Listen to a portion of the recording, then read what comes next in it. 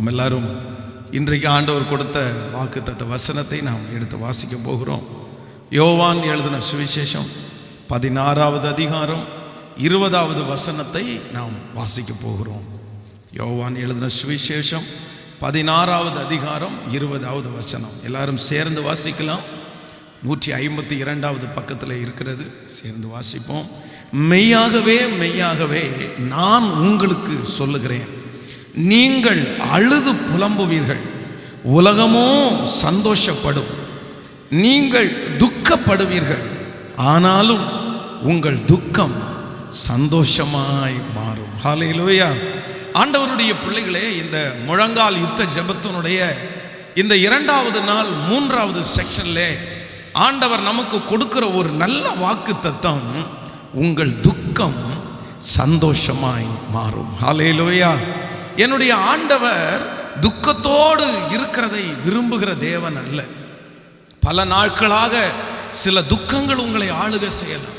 அந்த துக்கத்தோடு பல மாதங்களும் பல வருடங்களும் நீங்கள் கடந்து வந்திருக்கலாம். ஆனால் ஆண்டவர் சொல்லுகிறார், வெகு சீக்கிரத்தில் அந்த துக்கத்தை கர்த்தர் உங்களுக்கு சந்தோஷமாய் மாற்றப் போகிறார். ஹல்லேலூயா. என்னுடைய தேவனாகிய கர்த்தர் இந்த உலகத்திலே வாழ்ந்த நாட்களிலே துக்கத்தோடு பல ஆயிரக்கணக்கான ஜனங்கள் அவரிடத்திலே வந்தார்கள். விசேஷமாக நீங்கள் வேதத்திலே வாசித்து பார்த்தால், எவீரு என்கிற ஒரு மனுஷன், ஒரு நல்ல மனிதன், சமுதாயத்திலே ஒரு நல்ல சாட்சி பெற்ற ஒரு மனிதன் ஆண்டவரிடத்திலே வருகிறான். அவன் வரும்போது மிகப்பெரிய துக்கத்தோடு ஆண்டவரிடத்திலே வருகிறான். ஆண்டவரே, எனக்கு நீர் ஒரு உதவி செய்ய வேண்டும். ஆனால் அவன் தன்னுடைய வீட்டிற்கு நெருங்க நெருங்க அவனுடைய துக்கம் இனி ஆறாத துக்கமாய் போய்விடும் என்கிற செய்தி அவனுடைய காதுகளிலே கேட்கப்படுகிறது. ஆனால் ஆண்டவர் சொல்லுகிறார், இல்லை இல்லை, நீ துக்கத்தோடு என்னிடத்தில் வந்த, நீ துக்கத்தோடு போவதில்லை, உன்னை நான் சந்தோஷத்தோடு போக பண்ணுவேன் என்று கர்த்தர் வாக்கு கொடுத்தார். அந்த தேவனாகிய கர்த்தர் அவனுடைய வாழ்க்கையில இருக்கிற துக்கத்தை ஆண்டவர் மாற்றி அவனை சந்தோஷப்படுத்தினார். அந்த தேவன் தான் நம்மை பார்த்து சொல்லுகிறார், உங்கள் துக்கத்தை கர்த்தர் சந்தோஷமாய் மாற்ற பண்ண போகிறார். ஹல்லேலூயா. மகளை குறித்த துக்கமா இருக்கலாம், மகனை குறித்த துக்கமா இருக்கலாம், எதிர்கால வாழ்க்கையை குறித்த துக்கமா இருக்கலாம், இல்லை என்றால் ஏதோ ஒன்றை நீங்கள் இழந்த துக்கமா இருக்கலாம். அது எப்பேற்பட்ட துக்கமா இருந்தாலும் 2019வது வருடம் நம்முடைய துக்கங்களை சந்தோஷமாய் மாற்றுகிற தெய்வம் நம்மோடு கூட இருக்கிறார். ஹல்லேலூயா. நீங்கள் யாராயிருந்தாலும் சரி, இந்த சத்தத்தை எங்கெங்கேயோ இருந்து கூட கேட்டுக்கொண்டிருக்கலாம். என்னுடைய துக்கத்தை எல்லாம் யாருமே மாற்ற முடியாது, என் துக்கத்தை தாய் ஆற்ற முடியாது, தகப்பன் ஆற்ற முடியாது என்றெல்லாம் நீங்கள் சொல்லிக் கொண்டிருக்கலாம். நான் சொல்லுகிறேன், உங்கள் துக்கத்தை ஆற்றுகிறதற்கு ஒருவர் உண்டு. அவர்தான் அருள்நாதர் இயேசு கிறிஸ்து. அவர் நம்முடைய துக்கத்தை சந்தோஷமாய் மாற்ற கர்த்தர் வல்லவராய் இருக்கிறார். ஹல்லேலூயா. அது மட்டுமல்ல, வேதத்திலே பெரும்பாடுள்ள ஒரு ஸ்திரீயை குறித்து வேதத்திலே நம்ம வாசிக்கிறோம். அநேக வைத்தியர்களிடத்திலே பணத்தை செலவு செய்தது மட்டுமல்ல, தன்னுடைய சரீரத்தையே அவர்கள் கெடுத்து கொண்டார்கள். ஒவ்வொருத்தரும் ட்ரீட்மெண்ட் பார்க்க பார்க்க அவர்களுடைய சரீரம் அப்படியே வேதனைப்படுகிறது. அவர்கள் மாத்திரைகள் மருந்துகள் கொடுக்க கொடுக்க அவருடைய சரீரம் அப்படியே ஒவ்வொரு அவயவமாய் கெட்டு போய் கொண்டே இருக்கிறது. அத்தனை வருடம் பெரும்பாடுள்ள ஸ்திரீ, துக்கமாய் அவளுடைய வாழ்க்கை இருக்கிறது. அவளால் எங்கும் கடந்து போக முடியவில்லை. எல்லாரும் அவளை தீட்டு தீட்டு என்று ஒதுக்கினார்கள். அவர் ஒரு நல்ல நிகழ்ச்சிக்காக போனது கிடையாது, அவர் ஒரு சந்தோஷமான வீட்டுக்காக போக முடியாது. எல்லாரும் அவளை ஒதுக்கி வைக்க ஆரம்பித்து விட்டார்கள். தன்னுடைய சரீரத்தில் இருக்கிற ரத்தமெல்லாம் செலவழிந்து அவளுக்கு போய்விட்டது. ஆனால் வேதம் சொல்லுகிறது, ஆண்டவருடைய வஸ்திரத்தின் ஓரத்தை தொட்ட உடனே அத்தனை நாட்கள் இருந்த துக்கம் அவளுக்கு சந்தோஷமாய் மாறினது. அந்த தேவனாகிய கர்த்தர் தான் இன்று நமக்கு வாக்கு கொடுக்கிறார். எத்தனை வருடமாய் துக்கமா இருந்தாலும் இயேசுனுடைய வஸ்திரத்தை இந்த முழங்கால் யுத்த ஜெபத்தில் நம்ம தொடப்போகிறோம். தொடும்போது ஆண்டவர் அந்த துக்கத்தை நமக்கு சந்தோஷமாய் மாற பண்ண வல்லவராய் இருக்கிறார். ஹல்லேலூயா. கைகளை உயர்த்தி ஒரு ஹல்லேலூயா சொல்லலாம். ஒரே ஒரு மகன் ஒரு தாய்க்கு இருக்கிறான். அந்த மகனும் மரித்து போனான். பாடையிலே வைத்து அவனை அடக்கம் பண்ணுவதற்காய் கொண்டு போகிறார்கள். அந்த தாயினுடைய இருதயம் சொல்லுகிறது, அவ்வளவுதான், இந்த துக்கம் நான் மரணம் வரைக்கும் இந்த துக்கத்தை நான் சுமந்திருப்பேன், அந்த துக்கத்தை யாராலும் ஆற்ற முடியாது. ஆனால் வேதம் சொல்லுகிறது, என் இயேசு வந்து அந்த பாடையை தொட்டு அவளுடைய துக்கத்தை கர்த்தர் சந்தோஷமாய் மாற்றினார். ஆமென் சொல்லுவோம். எத்தனை பேர் ஆமோதிக்கிறீர்கள்? அந்த தேவன் நம்முடைய துக்கத்தை கர்த்தர் சந்தோஷமாய் மாற்றப் போகிறார். ஹல்லேலூயா. இந்த வசனத்தை குறித்து நான் ஆண்டவருடைய சமூகத்திலே தியானித்துக் கொண்டிருக்கும் போது ஒரு தேவனுடைய பிள்ளையினுடைய வாழ்க்கையிலே இந்த சந்தோஷம் என்கிறது மிகவும் முக்கியமான ஒன்று. சந்தோஷம் மிகவும் அவசியம். ஆண்டவர் நம்மை சந்தோஷப்படுத்துவதற்காகத்தான் ஆண்டவர் நினைக்கிறார். ஆனால் ஒன்றை கர்த்தருடைய பிள்ளைகள் நினைத்து கொள்ள வேண்டும், 24 மணி நேரம் நம்ம சந்தோஷமா இருப்போம், நம்முடைய வாழ்க்கையிலே துக்கமே வராது, ஒரு நிமிஷம் கூட துக்கம் வராது அப்படின்னு வேதம் நமக்கு சொல்லல. நீங்க உதாரணத்திற்கு வேதத்துல வாசித்து பார்த்தீர்களானா, வேதத்துல ஒரு வசனம் சொல்லுகிறது, இயேசு கண்ணீர் விட்டார் அப்படின்னு பைபிள் சொல்லுகிறது. இயேசுவுக்கு அன்பா இருந்த ஒரு சிநேகிதனா இருந்த லாசரு மரித்து போகிறான். மரித்து போகும்போது அவனுடைய கூட இருக்கிற மார்த்தாளும் மரியாளும் அதிகமாய் வியாகுலப்படுகிறார்கள். ஆண்டவர் அந்த குடும்பத்தை மிக நேசித்தார். அப்ப அவன் இறந்ததை விசாரிக்கிறதற்காக ஆண்டவர் அந்த வீட்டிற்கு போகும்போது நான் நம்புறேன் அவர்களுடைய துக்கத்தை பார்த்துவிட்டு ஆண்டவரால் அமைதியா இருக்க முடியல. ஆண்டவருடைய கண்களிலேயே கண்ணீர் வருகிறது. இயேசு கண்ணீர் விட்டார் என்று பரிசுத்த வேதாகமம் சொல்லுகிறது. அப்படி என்றால் நம்முடைய வாழ்க்கையிலே இந்த துக்கம் என்கிறது சில நேரங்களிலே வரும், கண்டிப்பாக வரும். ஒரு மனுஷனுடைய வாழ்க்கையில பிறந்தது முதற்கொண்டு சாகர வரைக்கும் துக்கமே இல்லாம வாழ்வான்னு சொல்ல முடியாது. துக்கம் என்கிறது கெட்டது என்று சில காரியத்தில் கெட்டது என்று நினைத்தாலும் சில துக்கம் நமக்கு நன்மையாய் மாறிவிடும். சிலது துக்கப்பட்டதுனால தான் நம்ம மாறி இருக்கிறோம். சில காரியங்கள் துக்கப்பட்டதுனால தான் நம்ம அதற்காக ஜெபித்திருக்கிறோம். அப்போ சில நேரங்களிலே ஆண்டவர் நமக்கு துக்கத்தை அனுமதிக்கிறார். ஆனால் இந்த துக்கம் வரும்போது ஆண்டவருடைய பிள்ளைகள் ஒன்று நீங்கள் நினைத்து கொள்ள வேண்டும், இந்த துக்கத்தை ஒரு நாளும் நீங்க வளர்த்து விடக்கூடாது. இன்றைக்கு நிறைய மனிதர்கள் செய்கிற தவறு என்னவென்றால், துக்கம் வரலாம், ஆனால் அந்த துக்கம் ஒரு நிமிடம் தான், இல்லை என்றால் 3 நிமிடங்கள் தான், அவ்வளவுதான் முடிஞ்சிருச்சு. அதற்கு பிறகு அந்த துக்கத்தை நீங்கள் வளர்த்துவீர்களே ஆனால் அதுதான் ஆண்டவருக்கு பிரியம் இல்லாத செயல். இன்றைக்கு நான் உங்களுடைய மத்தியிலே இந்த நம்முடைய வாழ்க்கையிலே சந்தோஷமா இருப்பதற்காக சில காரியங்களை உங்களோடு கூட நான் சொல்லி, ஒரே ஒரு காரியத்தை மட்டும் உங்களோடு கூட சொல்லி நான் ஜெபித்து நான் முடிக்க போகிறேன். ஒரு மனிதனுடைய வாழ்க்கையிலே எப்படி அவர்கள் சந்தோஷமா இருக்கிறது, எப்படி உங்களை நீங்கள் சந்தோஷமாய் வைத்துக் கொள்ள முடியும் என்கிறதை குறித்து ஒரு காரியத்தை நம்ம தியானிக்க போகிறோம். வேதத்தை திறந்து கொள்ளுங்கள். பிலிப்பியர் 4ஆம் அதிகாரத்தை எடுத்துக்கொள்ளலாம். பிலிப்பியர் 4ஆம் அதிகாரம் 4வது வசனத்தை நாம் வாசிக்க போகிறோம். பிலிப்பியர் 4ஆம் அதிகாரம் 4வது வசனம். எல்லாரும் சேர்ந்து வாசிக்கலாமா? 4வது அதிகாரத்திலே 4வது வசனத்தை நம்ம வாசிக்கலாம். கர்த்தருக்குள் எப்பொழுதும் சந்தோஷமாயிருங்கள், சந்தோஷமாயிருங்கள் என்று மறுபடியும் உங்களுக்கு சொல்லுகிறேன். 4வது வசனத்தை திரும்ப வாசிக்கலாம். கர்த்தருக்குள்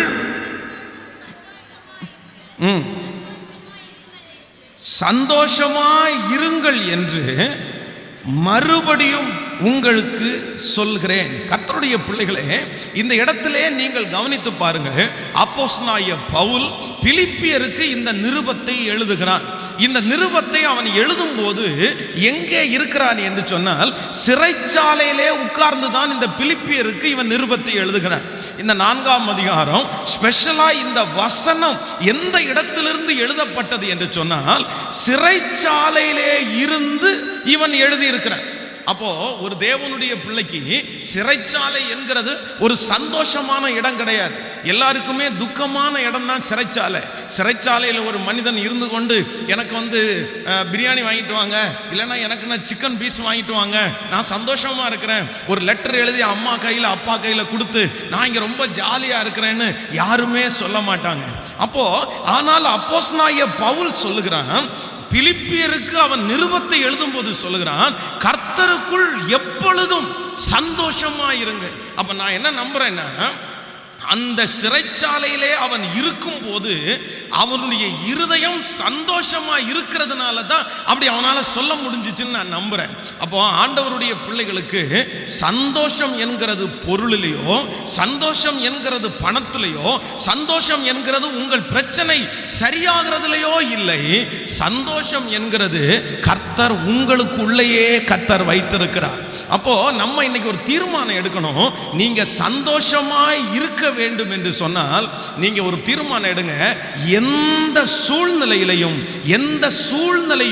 என்னை துக்கப்படுத்த மாட்டாது என்று நீங்கள் ஒரு தீர்மானம் எடுக்க வேண்டும். நம்முடைய வாழ்க்கையிலே பல சூழ்நிலைகளை ஆண்டவர் அனுமதிப்பார். சில நேரத்தில் நல்ல சூழ்நிலை கிடைக்கும், சில நேரத்தில் நல்ல சூழ்நிலை இருக்காது.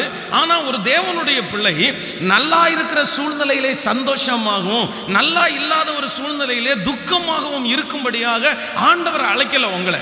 எந்த சூழ்நிலையா வாழ்க்கையில வரட்டுமே, எந்த நல்லதா நடக்கட்டும் கெட்டதா நடக்கட்டும், எனக்குள்ளே கர்த்தர் இருக்கிறார், நான் சந்தோஷமாய் மட்டும்தான் இருப்பேன். அப்போ சூழ்நிலை ஒரு தேவனுடைய பிள்ளை துக்கமாய் மாற்ற முடியாது. இந்த இடத்துல வந்திருக்கிற நீங்கள் சூழ்நிலையினாலே துக்கப்பட்டு வந்திருக்கலாம். எனக்கு இப்படிப்பட்ட ஒரு சூழ்நிலை, நான் எப்படி சந்தோஷமா இருக்கிறது? என் வீட்டில் இப்படிப்பட்ட ஒரு சூழ்நிலை, வேலை ஸ்தலத்தில் இப்படிப்பட்ட ஒரு சூழ்நிலை, என் மகளுடைய வாழ்க்கையில் இப்படிப்பட்ட ஒரு சூழ்நிலை, நான் எப்படி சந்தோஷமா இருக்கிறது? ஆண்டவர் சொல்லுகிறார், தேவனுடைய மனுஷன் சிறைச்சாலையிலே சந்தோஷமா இருக்க முடியுமானால் எவ்வளவு பெரிய சூழ்நிலைக்குள்ள கடந்து போனாலும் நாம் சந்தோஷமா இருக்க முடியும். ஏனென்றால் கர்த்தர் நம்மோடு கூட இருக்கிறார். எத்தனை பேர் ஆமோதிக்கிறீர்கள்? கைகளை உயர்த்தி ஒரு ஹல்லேலூயா சொல்லலாம், கரங்களை அசைத்து ஒரு ஹல்லேலூயா சொல்லலாம். ஹல்லேலூயா. ஒரு தீர்மானத்தோடு போங்கள். எந்த சூழ்நிலை வந்தாலும் நான் சந்தோஷமா இருக்க கற்றுக்கொள்கிறேன். இது மட்டுமல்ல, நீங்கள் ஆதியாகமத்திலே 26வது வசனத்தை வாசிக்கலாம். 26ஆம் அதிகாரத்தை எடுத்துக்கொள்ளுங்கள். ஆதியாகமம் 26ஆம் அதிகாரம் 8வது வசனத்தை நம்ம வாசிக்க போகிறோம். 26ஆம் அதிகாரத்திலே 8வது வசனத்தை நம்ம சேர்ந்து வாசிக்கலாமா? 8வது வசனத்தை, அவன் அங்கே நெடுநாள் தங்கி இருக்கையில் பெலிஸ்தியருக்கு ராஜாவாய் இருக்கிற அபிமலைக்கு ஜன்னல் வழியாய் பார்க்கிற போது ஈசாக்கு தன் மனைவியாகிய ரபயாக்களோடே விளையாடி கொண்டிருக்கிறதை கண்டான். 26ஆம் அதிகாரம் 1வது வசனத்தை வாசிக்கலாம். ஆபிரகாமின் நாட்களில் உண்டான பஞ்சத்தை அல்லாமல் பின்னும் ஒரு பஞ்சம் தேசத்தில் உண்டாயிற்று.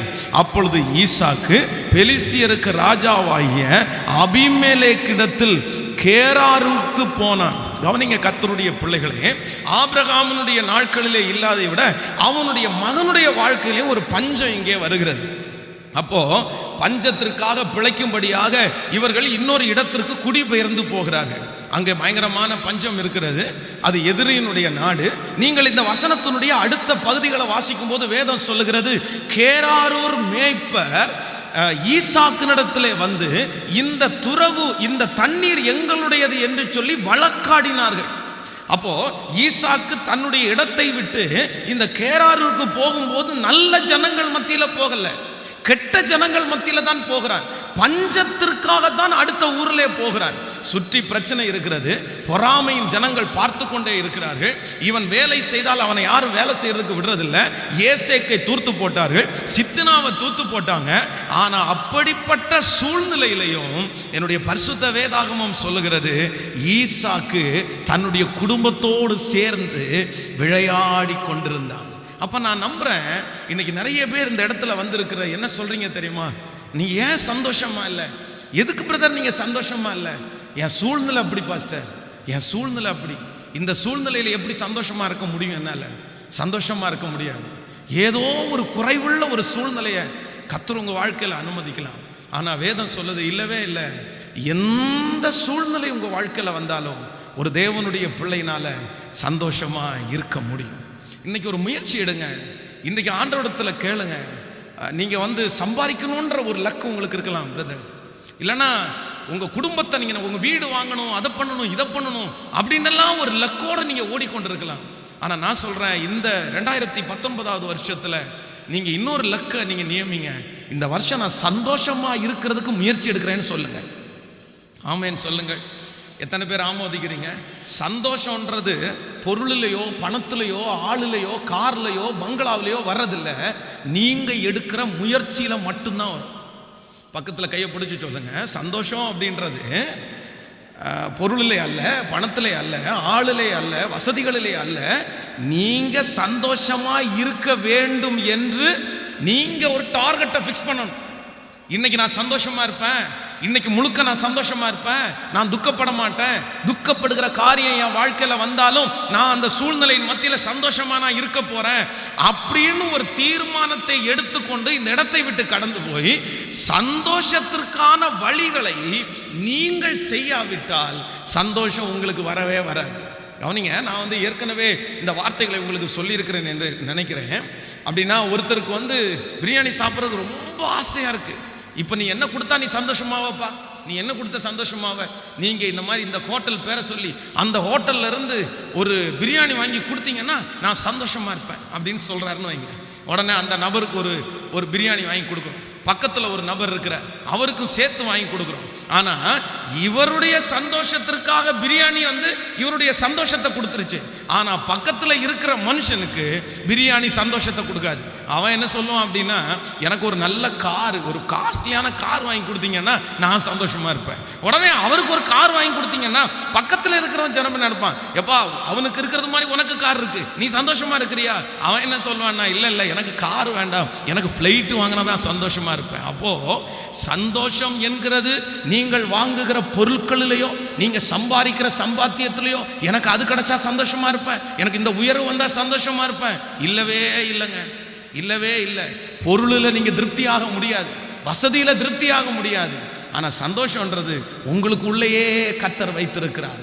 ஒவ்வொரு நாளும் எந்த சூழ்நிலை வந்தாலும் நான் சந்தோஷமா இருக்கிறதற்கு முயற்சி எடுக்க போகிறேன். ஆமென் சொல்லுங்க.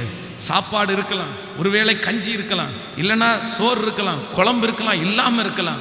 எந்த நிலைமையில இருந்தாலும் நான் சந்தோஷமா இருக்க போகிறேன். அது மட்டுமல்ல, வேதத்தில் இன்னொரு வசனத்தை நம்ம வாசிக்க முடியும். சூழ்நிலைகள் நம்மை துக்கப்படுத்த முடியாது என்கிறதற்கு தாவீது ஒரு மிகப்பெரிய எடுத்துக்காட்டு. 2 சாமுவேல் எடுத்துக்கொள்ளுங்கள். 2 சாமுவேல் 15ஆம் அதிகாரத்தை எடுத்துக்கொள்ளலாம். 2 சாமுவேல் 12ஆம் அதிகாரம் 15வது வசனத்தை நம்ம வாசிக்க போகிறோம். 2 சாமுவேல் 12வது அதிகாரத்திலே 15வது வசனத்தை வாசிக்கும் போது வேதம் சொல்லுகிறது, அப்பொழுது கர்த்தர் உரியாவின் மனைவி தாவீதுக்கு பெற்ற ஆண் பிள்ளையை அடித்தார், அது வியாதிப்பட்டு கேவலமாய் இருந்தது. அப்பொழுது தாவீது அந்த பிள்ளைக்காக தேவனிடத்தில் பிரார்த்தனை பண்ணி உபவாசித்து உள்ளே போய் ராம் முழுவதும் தரையிலே கிடந்தான். அவனை தரையிலிருந்து எழுந்திருக்க பண்ண அவன் வீட்டில் உள்ள மூப்பனாரவர்கள் எழுந்து அவன் அண்டையில் வந்தாலும் அவன் மாட்டேன் என்று சொல்லி அவர்களோட அப்பம் சாப்பிடாமல் இருந்தான். 7ஆம் நாளிலே பிள்ளை செத்து போயிற்று என்று தாவீதின் ஊழியக்காரர் அவனுக்கு அறிவிக்க ஐயப்பட்டார்கள். பிள்ளை உயிரோடு இருக்கையில் நாம் அவரோடு கூட பேசுகிற போது அவர் நம்முடைய சொற் கேட்கவில்லை. பிள்ளை செத்து போயிற்று என்று அவரோட எப்படி சொல்லுவோம், அதிகமாய் வியாகுலப்படுவாரே என்று பேசிக்கொண்டார்கள். தாவீது தன் ஊழியக்காரர் ரகசியமாய் பேசிக் கொண்டிருக்கிறதை கண்டு பிள்ளை செத்து போயிற்றோ என்று அறிந்து தன் ஊழியக்காரரை நோக்கி, பிள்ளை செத்து போயிற்றோ என்று கேட்டான். செத்து போயிற்று என்றார்கள். அப்பொழுது தாவீது தரையை விட்டு எழுந்து ஸ்நானம் பண்ணி எண்ணெய் பூசிக்கொண்டு தன் வஸ்திரங்களை மாற்றி கர்த்தருடைய ஆலயத்தில் பிரவேசித்து பணிந்து கொண்டு தன் வீட்டிற்கு வந்து போஜனம் கேட்டான். அவன் முன்னே அதை வைத்த போது அவன் புசித்தான். கையை உயர்த்தி ஒரு ஹல்லேலூயா சொல்லுங்க. கவனிங்க கர்த்தருடைய பிள்ளைகளே, சந்தோஷம் என்கிறது உங்களுக்குள்ளே இருக்கிறது என்று சொல்லி வருகிறேன். சந்தோஷத்தை நீங்க தான் ஏற்படுத்தி கொள்ளணும். நீங்க சந்தோஷமாய் வாழ்வதற்கு முயற்சி எடுக்கணும். இல்லைன்னா எந்த சூழ்நிலையிலும் சந்தோஷமாய் இருக்க வேண்டும் என்பதற்கு இந்த தாவீதுனுடைய வாழ்க்கையில் நடந்த இந்த சம்பவம் மிகப்பெரிய எடுத்துக்காட்டு. வேதம் சொல்லுது, அவனுடைய பிள்ளை மரணத்திற்கு ஏதுவான வியாதியாய் இருக்கிறது, அதிகமான பலவீனத்தில் இருக்கிறது. உடனே இவன் அழுறான், ஆண்டவரே அந்த குழந்தையினுடைய ஜீவன் எனக்கு வேணும், அந்த குழந்தையை கொடுங்க அப்படின்னு சொல்லி. ஒரு ராஜா பலவிதமான வேலைகள் அவனுக்கு இருக்கிறது. அவன் இன்னொருத்தரை ஜெபம் பண்ண சொல்லிட்டு இவன் ஃப்ரீயா இல்ல, வைத்தியர்களை பார்க்க போகல, ஆண்டவரிடத்துல போய் கெஞ்சி ஜெபம் பண்ணிட்டு இருக்கிறான். சாப்பிடாம ஜெபம் பண்ணிட்டு இருக்கிறான், குளிக்காம ஜெபம் பண்ணிட்டு இருக்கிறான். அந்த அறையை விட்டு அவன் வெளியே வரல. ஆனா இப்ப திடீரென்று கர்த்தர் அவனுடைய ஜெபத்தை கேட்கல. அந்த இடத்துல அந்த பிள்ளை இறந்து போயிற்று என்கிற செய்தியை வரும்போது வேதம் சொல்லுகிறது, தரையை விட்டு எழுந்து ஸ்நானம் பண்ணி கொண்டு போஜனம் கேட்டு அதன் முன்பு வைத்த போது அவன் புசித்தான். ஆலயத்தில் போய் தொழுது கொண்டு வந்து புசித்தான் என்று வேதம் சொல்லுகிறது. அப்போ ஆண்டவருடைய பிள்ளைகள் ஒன்று இதில் நினைத்து கொள்ளுங்க, சந்தோஷம் என்கிறத ஆண்டவர் சொல்றாரு, எந்த சூழ்நிலை உங்க வாழ்க்கையில வந்தாலும் நீங்களாகவே அந்த சந்தோஷத்தை ஏற்படுத்தி கொள்ள முடியும். தாவீதுடைய வாழ்க்கையில் ஒரு பெரிய மரணமே வந்திருக்கிறது. தன்னுடைய பிள்ளை மரித்து போகிறது எவ்வளவு ஒரு கொடுமையான ஒன்று, யாராலும் தாங்க முடியாத ஒரு துக்கம்.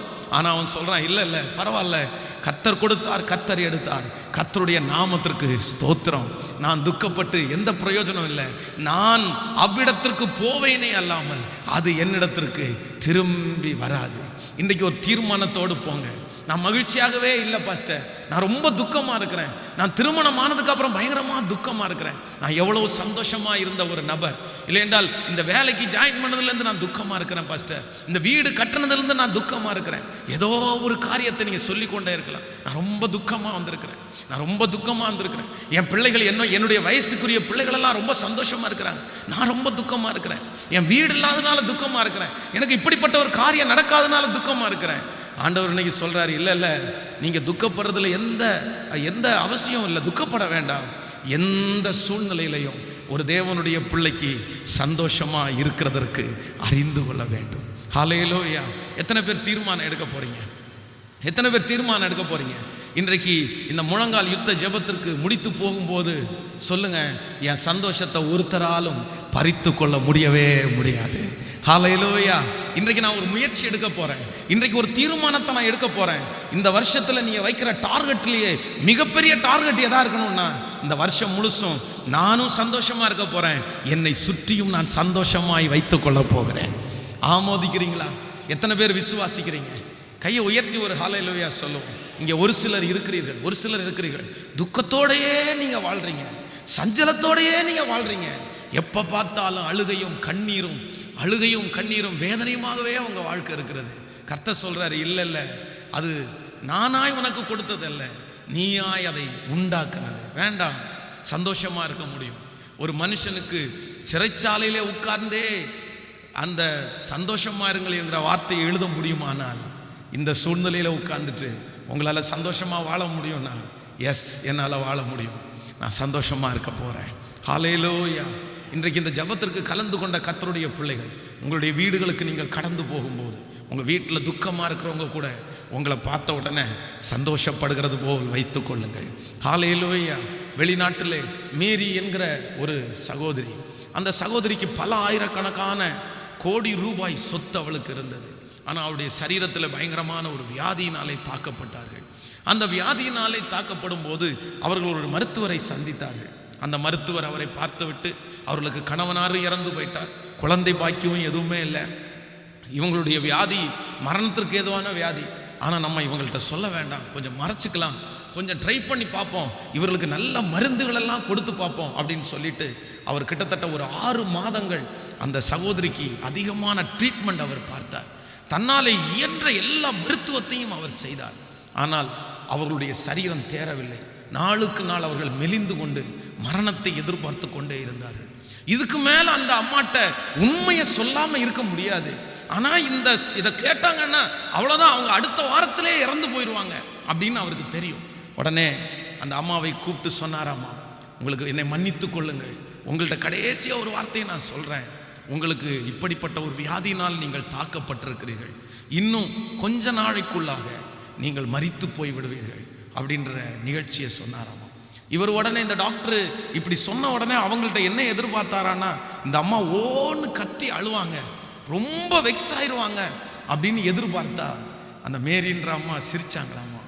அப்படியா, செத்து போறேன்னா நான் ஒன்றும் பிரச்சனை இல்லை, நான் இங்கே கண்ணை மூடுனேன்னா நித்தியத்திலேயே கண் திறப்பேன் டாக்டர், நோ ப்ராப்ளம், நான் இறந்து போவதை குறித்து கவலைப்படலை, கிறிஸ்து எனக்கு ஜீவன், சாவு எனக்கு ஆதாயம் அப்படின்னு சொல்லிட்டு அந்த டாக்டரை பார்த்து ஒரே ஒரு சின்ன ஹெல்ப் கேட்டாங்க. ஆமாம், ஒன்று செய்யுங்கள், நான் இறந்து போகிறதுக்கு முன்பாக எல்லா சொத்தையும் நான் உங்களுக்கு கொடுத்துட்றேன், இந்த ஹாஸ்பிட்டலே ஒரு பெரிய ரூம் எனக்காக கொடுத்து அந்த ரூமில் நான் மட்டும் படுத்து கிடக்கிறேன், பக்கத்தில் 5 நிமிடத்திற்கு ஒரு விசை ஒரு நோயாளி ஒருத்தர் வந்து என்னோட பேசிட்டு அவங்கள அழைச்சிட்டு போயிருங்க அப்படின்னு சொன்னாங்களாம். இந்த டாக்டர்கிட்ட இந்த ஒரு உதவியை மட்டும் கேட்டவனால் சொன்னாராமா, தாராளமாக உங்களுக்காக செய்கிறேன். அதே போல் அவர்களை ஒரு ரூமிலே படுக்க வைத்தார்கள். அவங்க படுத்து கிடந்துட்டு ஒவ்வொரு நோயாளிகளாய் வரும்போது திரும்பி பார்த்து அவர்களை பார்த்து கேட்பாங்களாமா, உங்கள் பேர் என்னன்னு கேட்பாங்களாம். அவங்க உடனே அவருடைய பேரை சொல்லுவார்களாமா. உடனே இவர்கள் சொல்லுவார்களாம், இவங்க பேரை சொல்லிட்டு, ஏசப்பாவை பற்றி உங்களுக்கு தெரியுமா, இயேசு நல்லவர், அவருடைய சுவிசேஷத்தை அப்படியே அறிவிப்பார்களாமா. அவர்கள் அந்த மருத்துவமனையில் அந்த ரூமில் படுத்துக்கொண்டே கிட்டத்தட்ட ஆயிரக்கணக்கான ஜனங்களுக்கு அவர்கள் சுவிசேஷத்தை அறிவித்தார்கள். ஆனால் அவங்கள பார்க்கறதற்காக வைத்திருந்த ஒரு நர்ஸ் ரொம்ப கொடுமையானவங்களாமா. அவங்க இவங்களை பயங்கரமாக திட்டுவாங்களாமா, இரிட்டேட் பண்ணுவாங்களாமா, அதை எடு, இதை பண்ணு. இவங்களுடைய சில நேரங்களில் இவங்க பெட்லேயே எல்லாத்தையும் போயிடுவாங்களாமா. அதை க்ளீன் பண்ணும்போது அப்படியே எரிஞ்சு விழுவாங்களாமா. உன் கூட நான் மாட்டிட்டேன் பாருங்க. ஆனால் இந்த அம்மா ஒரு நாள் கூட தன்னுடைய முகத்தை அவரிடத்தில் கோணதே இல்லையாம்மா. ஆனால் கடைசியில் மறிக்க போகிற அன்னைக்கு கடைசியாக இந்த நர்ஸிட்ட கேட்டாங்களாம்மா, அம்மா இயேசு ரொம்ப நல்லவர், இயேசு பெரியவர், உங்க கூட இயேசு இருப்பார், நான் விட்டு போனாலும் நீ இயேசோட இருந்த சுவிசேஷத்தை சொல்லி அப்படியே மரித்து போனார்கள். அவர்கள் மரித்து போய் அவருடைய நெஞ்சில் பரிசுத்த வேதாகமம் வைக்கப்பட்டிருக்கிறது.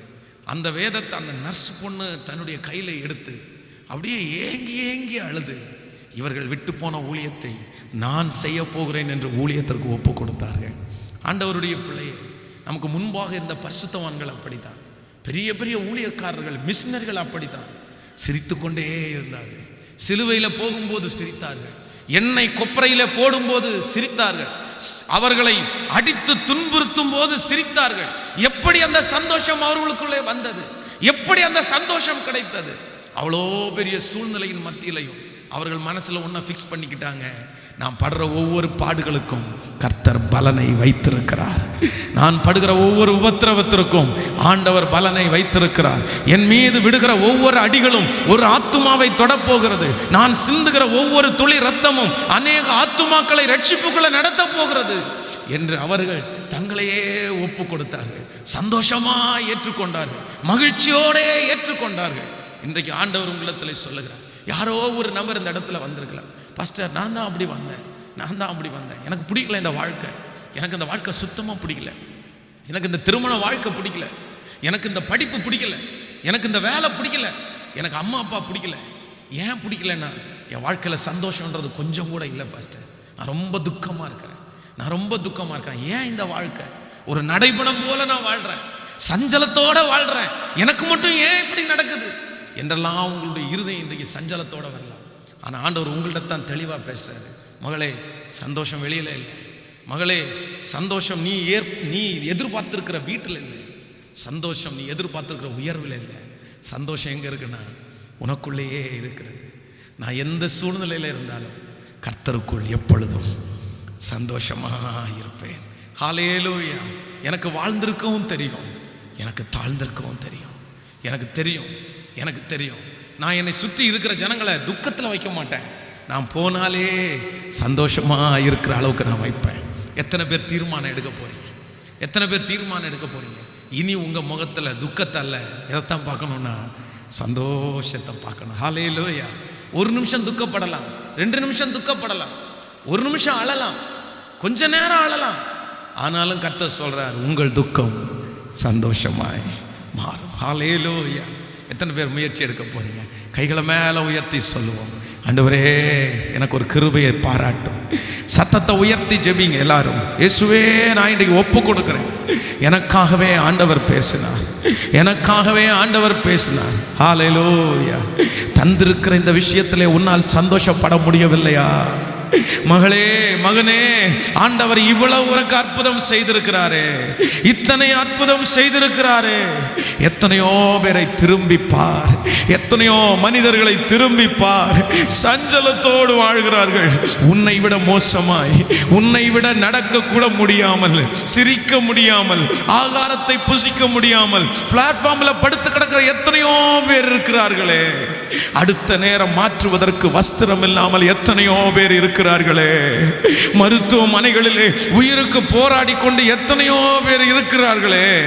ஆனால் ஆண்டவர் அந்த நிலைமைக்கு உன்னை ஆளாக்காமல் இம்மட்டும் உன்னை போஷித்தார், இம்மட்டும் உன்னை நடத்தினார், இம்மட்டும் உனக்கு உடுக்க உடையை கொடுத்தார், உனக்கு தங்குறதற்கு உறைவிடம் கொடுத்தார், உண்ண உணவு கொடுத்தார். கையை மட்டும் மேல உயர்த்தி, நான் தான் தப்பு பண்ணிட்டேன், இனி சந்தோஷமா இருக்கிறதற்கு முயற்சி எடுக்கிறேன்னு கையை உயர்த்தி சொல்லுவோம் எல்லாரும்.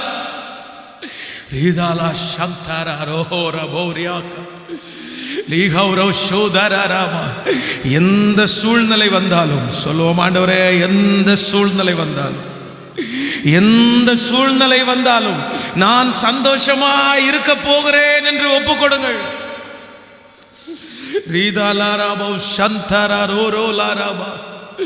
நன்றி ஆண்டவரே, நன்றி ஆண்டவரே. சத்தத்தை உயர்த்தி சொல்லுவோம், இயேசுவே எந்த சூழ்நிலையில இருந்தாலும் ஆண்டவரே நான் சந்தோஷமா இருக்கிறேன். இம்மட்டும் நீர் என்னை நடத்தினீர், இம்மட்டும் நீர் என்னை தாங்கினீர். இந்த இயேசு அவர் நல்லவர், நல்லவரப்பா, நல்லவரப்பா, நல்லவரப்பா.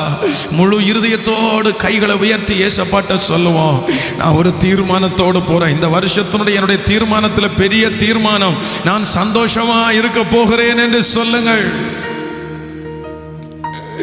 ஹல்லேலூயா. நன்றி ஆண்டவரே, நன்றி சொல்லுவோம் அப்பாவை பார்த்து. நன்றி நன்றி நன்றி நன்றி நன்றி ஆண்டவரே. இம்மட்டும் என்னை தாங்கினீ, இம்மட்டும் என்னை நடத்தினீ. எந்த இயேசு நல்லவரே,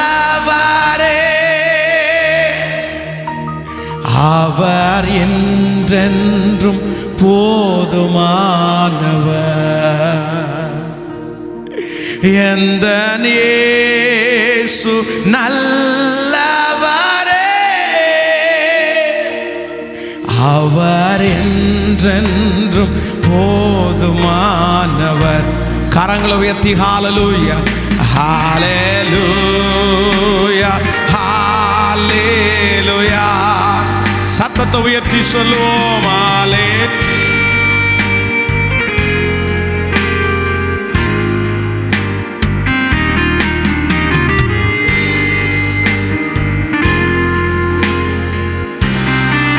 ஹல்லேலூயா, ஹல்லேலூயா, ஹல்லே.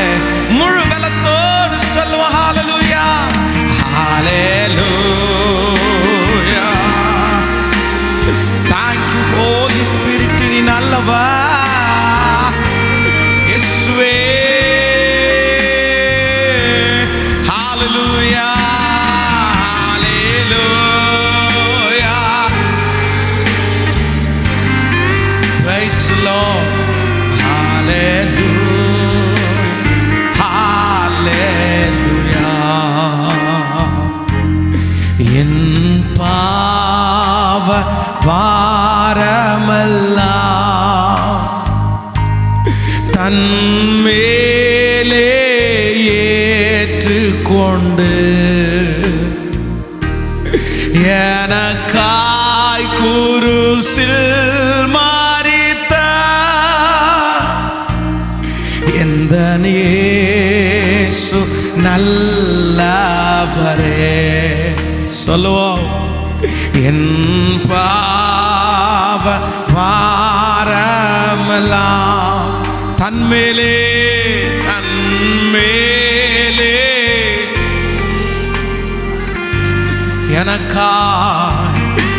எனக்காய் குருசு மரித்த எந்த இயேசு நல்லவரே.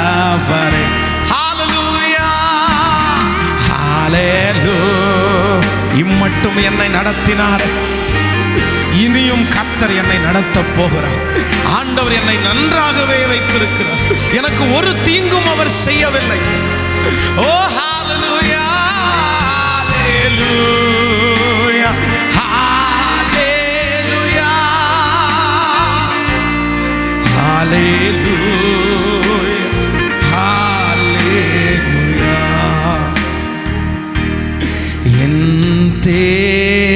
தேவைகள் அறிந்து விண்வாசல்களை திறந்து எல்லாம் நிறைவாய் எனக்கு தந்த எந்த இயேசு நல்லவரே. சொல்லுவோம், என் தேவைகள் அறிந்து விண்வாசலையே திறந்தார், விண்வாசல்களை திறந்து இதுவரையிலும் ஒரு குறைவு கூட இல்லாம எல்லாம் நிறைவாய் எனக்கு தந்த எந்த இயேசு நல்லவரே. இப்ப கரங்களை உயர்த்தி ஹல்லேலூயா. ஆம், கர்த்தருடைய பிள்ளை, அவர் செய்த நன்மையை நினைத்து பாருங்கள். எத்தனையோ பேரை காட்டிலும் என்னை கர்த்தர் நன்றாய் வைத்திருக்கிறார், என்னை அவர் நன்றாகவே வைத்திருக்கிறார். எத்தனையோ பேருக்கு இப்படிப்பட்ட வாழ்க்கை இல்லை. இயேசுவே, நீர் எனக்கு செய்த நன்மைக்காக நன்றி. சொல்லிக்கொண்டே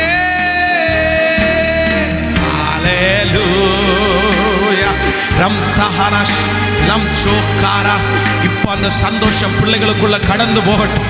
இப்பொழுது அந்த மகிழ்ச்சி பிள்ளைகளுக்குள்ள கடந்து போகட்டும். இப்பொழுது அந்த சந்தோஷத்தினால தேவன் நிரப்புவீரார்.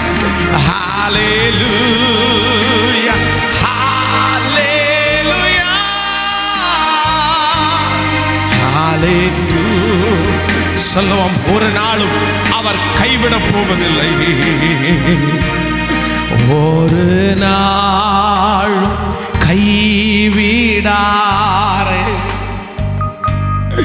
ஒரு நாளும் விலகிடாரே, ஒரு நாளும் மறவாரே, ஒரு நாளும் மறவாரே. எந்த இயேசு நல்லவரே. சொல்ல, ஒரு நாளும் கைவிட, ஒரு நாளும் கைவிடாரே, ஒரு நாளும் விலகி, ஒரு நாளும் விலகிடாரே. அவர் ஒரு நாளும் என்னை மறக்க மாட்டார், ஒரு நாளும் மறவாரே. எந்த இயேசு நல்ல அந்த பரலோக மகிமையை உணர்ந்து ஹல்லேலூயா, ஹல்லேலூயா. ஆம் தகப்பன், இந்த இரண்டாவது முழங்கால் யுத்த ஜெபத்தில் நீர் வந்திருக்கிறதற்காக நன்றி. உம் பிரசன்னம் இந்த இடத்துல இருக்கிறதற்காக நன்றி. உடைந்து போன உள்ளங்களை தேற்றுவீராக ராஜா, சோர்ந்து போன உள்ளங்களை தேற்றுவீராக. ஐயோ, ஒரு நன்மையை கூட தேவன் செய்த ஒரு நன்மையும் நினைக்க முடியாமல் சத்ரு ஆண்டவரை அவருடைய இருதயத்தை கடினப்படுத்தி வைப்பானே. ஆனால் இன்று இயேசு எவ்வளோ நன்மை செய்திருக்கிறார் என்கிற எண்ணம் உம்முடைய பிள்ளைகளுக்கு வருவதாக, இயேசுவின் நாமத்தில் வருவதாக. அவர்களை துக்கத்துக்குள்ளே மாற்றுகிற அந்தகார வல்லமை, துக்கத்தை கொடுக்கிற சத்ரு விலகி போய் இந்த 2019வது வருடம் சந்தோஷத்தை கேட்கும்படி செய்யும். அவர்களுடைய வீட்டிலே ஒரு சந்தோஷம் கேட்கப்படட்டும், ஒரு நிகழ்ச்சியின் மூலமாய் சந்தோஷம் வரட்டும். இவர்களுடைய வீட்டிலே ஒரு நல்லது நடக்கட்டும், ஒரு நிகழ்ச்சி நடக்கட்டும், ஒரு பொருளை வாங்கட்டும். ஓ ஹல்லேலூயா, அபிஷேகத்தை பெற்றுக் கொள்ளட்டும், உமக்காக பயன்படட்டும். அப்பொழுது ஒரு சந்தோஷம் உம்முடைய பிள்ளைகளை ஆளுகை செய்வதாக. Yes Lord, yes Lord, hallelujah.